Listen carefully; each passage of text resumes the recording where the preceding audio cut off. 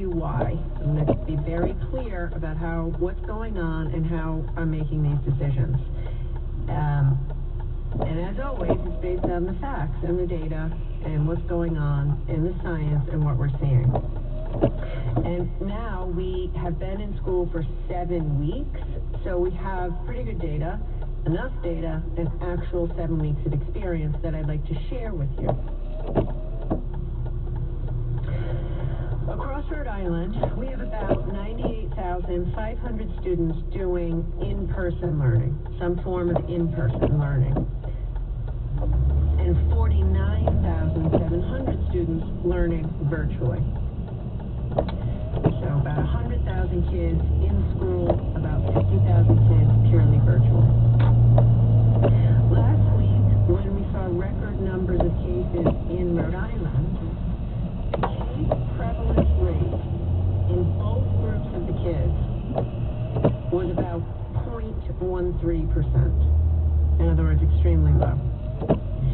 Since schools opened on September 14th, we've seen 363 cases among the in-school students and 312 among the virtual students.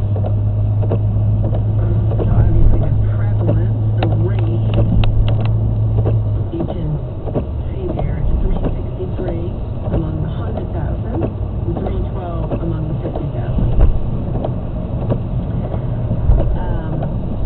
This tells us a couple things. Number one, schools are not super spreaders. Number two, the kids in distance learning are staying home. It's not at all clear that it's quote-unquote safer for kids to learn from home. If they're in high school, they might be going to work, they go to their job, they're hanging out with friends, they are participating in sports, they're out and about. Their parents work, their parents are coming home to see them. They're getting together with their friends to do study groups. They're congregating a lot due to sports. How do I know that? Because we've done a lot of case investigations, and we talk to them, and they tell us, this is where I've been. I went to work at such and such a place. I then went to play sports. I did this.